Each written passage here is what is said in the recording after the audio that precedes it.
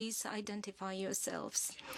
Good afternoon, Karol Darwo, Polish Radio. The question to Vice President Timmermans. The European media have been signaling that you are coming to Warsaw to obtain more compromise proposals from the Polish government. Has it been the case? This is my question to you, sir, and the question to the minister.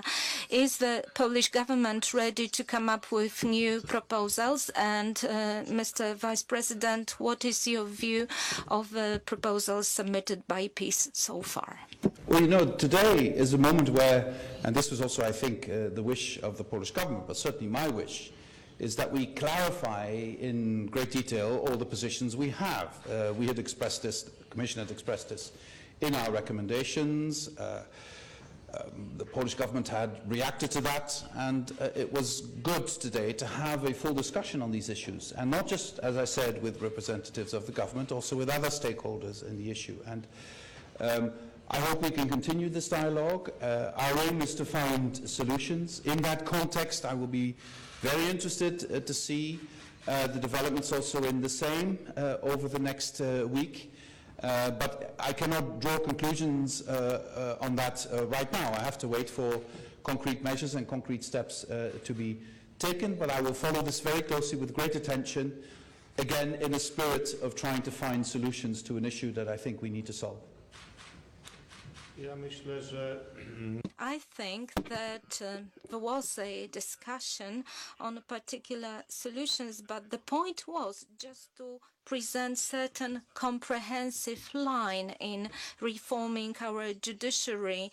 We want to emphasize that as a rule, the reform that we are proceeding with fits into the broader stream of the European standards, and today we spoke about it. The Vice President spoke about the cumulative effect of those reforms. We don't see this threat, considering that certain solutions are practicable in other member states as well. But we want to arrive at a understanding of the whole system as it stands. The point is to roll out this reform. The time is ticking. The convening of a national council is very much high in the agenda. There are certain decisions that they need to take, as you know, but there are various solutions about the fine-tuning and improving of the system are more than welcome. We were always saying so, but the system must be functional. It must start functioning. So there is a room for maneuver. Together we will be looking for a compromise, but for the time being it is too premature to prejudge on anything. And also Mr. Vice President will go back to Brussels to speak about further compromises, and the parliamentary majority may come up with palatable solutions. We want to bring those problems to their end in order to embark on other actions in the European Union where our activity is expected and our voice is awaited. But it is too early to prejudge right now about the shape of a compromise. Any other questions? Mr. Vice President, you were saying that you are now in discussion, and when solutions are to be expected, and when solutions are expected from the Polish government, is there a deadline? And to you, Minister, Deputy Minister Woronecka will not attend the session in the UN Security Council tomorrow. So how can you explain this? Is to go through all the elements that are part of our discussion, have been part of the discussion for a long time. I think it is urgent that we try and find solutions. We shouldn't take too much time. The basis for our debate is not whether or not Poland is entitled to reform its judiciary. That's not the discussion. The Commission, the European Commission, does not dispute the right of a member state to reform its judiciary. But in doing that reform, we do want to preserve the independence of the judiciary. The separation of powers is a critical element in the rule of law of the European Union. This is enshrined in the Treaty on the European Union. This is part and parcel of the obligation of every single member state. So when we have this discussion and finding solutions, we want to make sure that in reforming the judiciary, the independence of the judiciary is respected. And there we are trying to look for solutions collectively in a dialogue with the Polish government. And I have to say, Foreign Minister, Prime Minister, they're all very forthcoming in trying to look ahead and also in clarifying some of the issues. And I, again, have clarified the position of the Commission on many of these issues. But I would like to add that this is not something we want to drag out for months and months. We need now to try and come to solutions as quickly as possible, and we will await also discussions that we will see very soon, I think, in the same.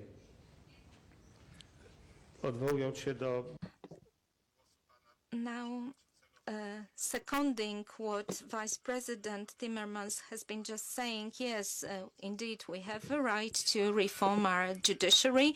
There is no dispute about it among us. The question is about the scale of the reform, the construction and interpretation of our provisions. We do believe that we fit in to the European standards, but the EU sees those reforms differently, and as you know, certain modifications have been introduced and certain rightful and justified suggestions will be taken on board. We want to close this process as soon as possible and move swiftly to embrace other tasks. Now, coming to your question to me, Poland is very active in UN Security Council.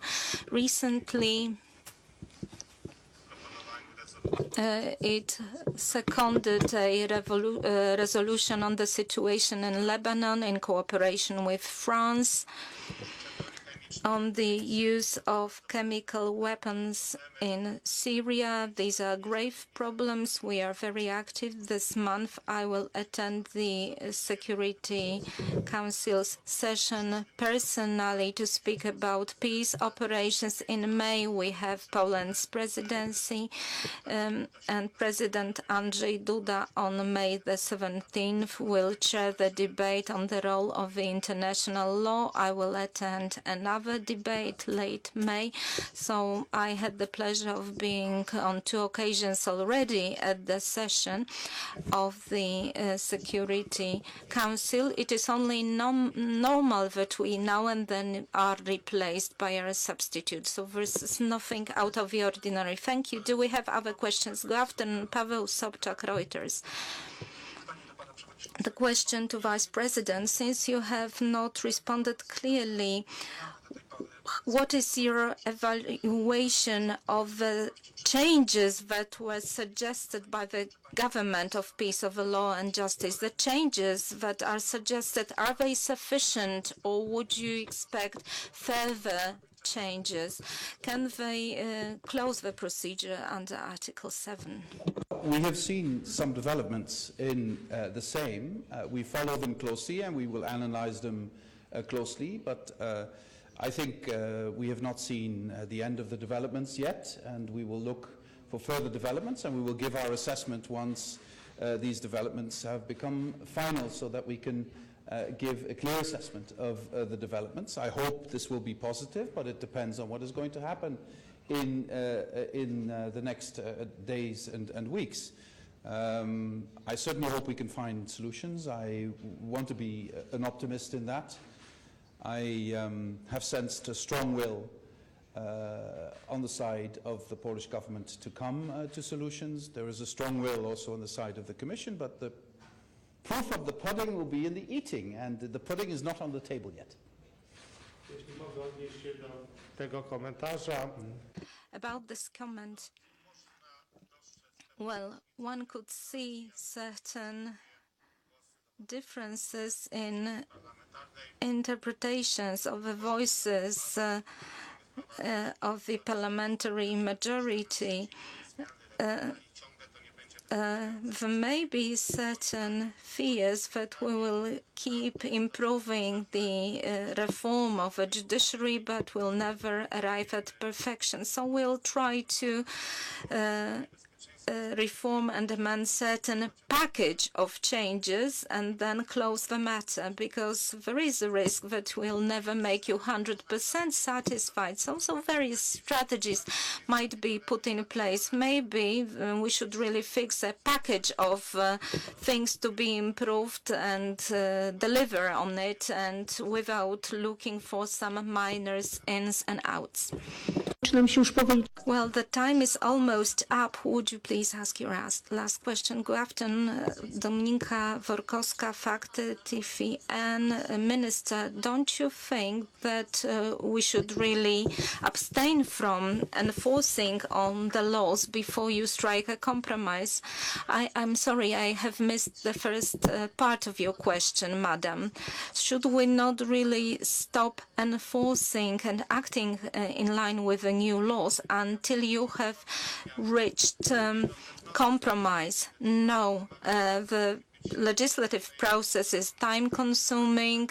Readings in the parliament must be organized. This is very much time-consuming. It depends on the calendar of work in the Polish parliament, and I think it's possible to negotiate and meet, as we do today, in parallel, consult the problems in Brussels, and if need be, find some solutions, proceeding with this work at the same time.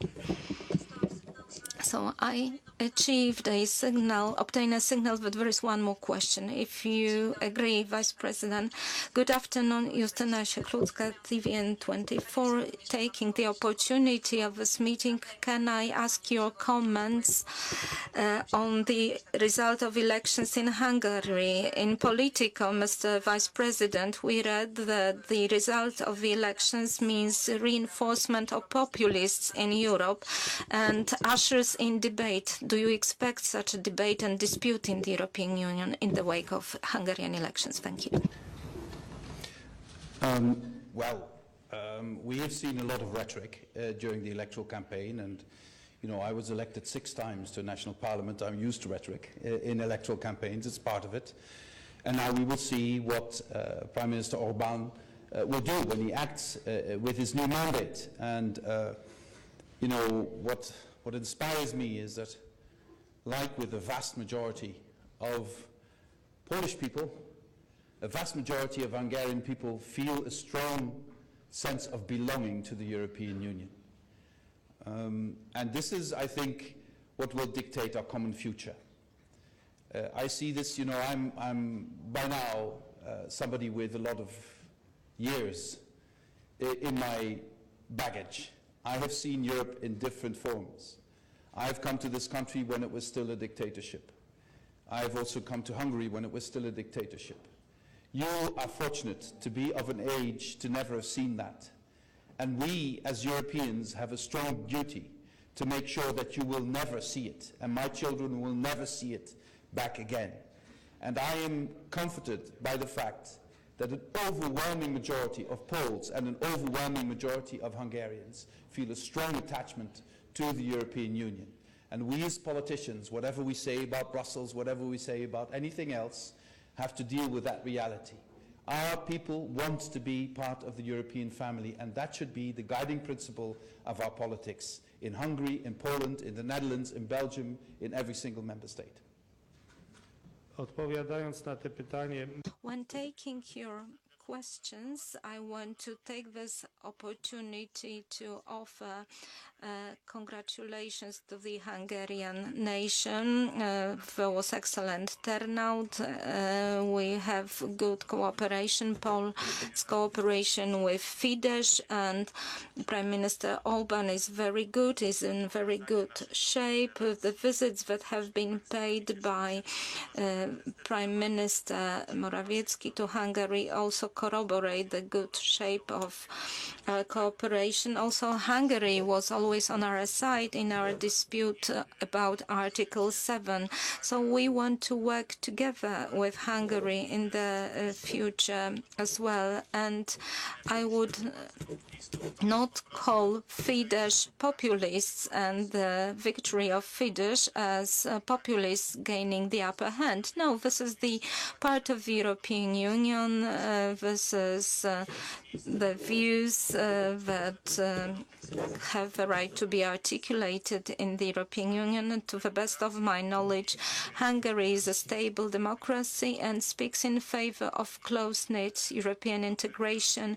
And we will certainly have very good relations, allied relations with Hungary, with the European Union fold. Thank you very much for your participation in our meeting today. Thank you. Thank you to Mr. Čaputovič for having me. Thank you very much for coming to Warsaw. Thanks a lot. Thank you.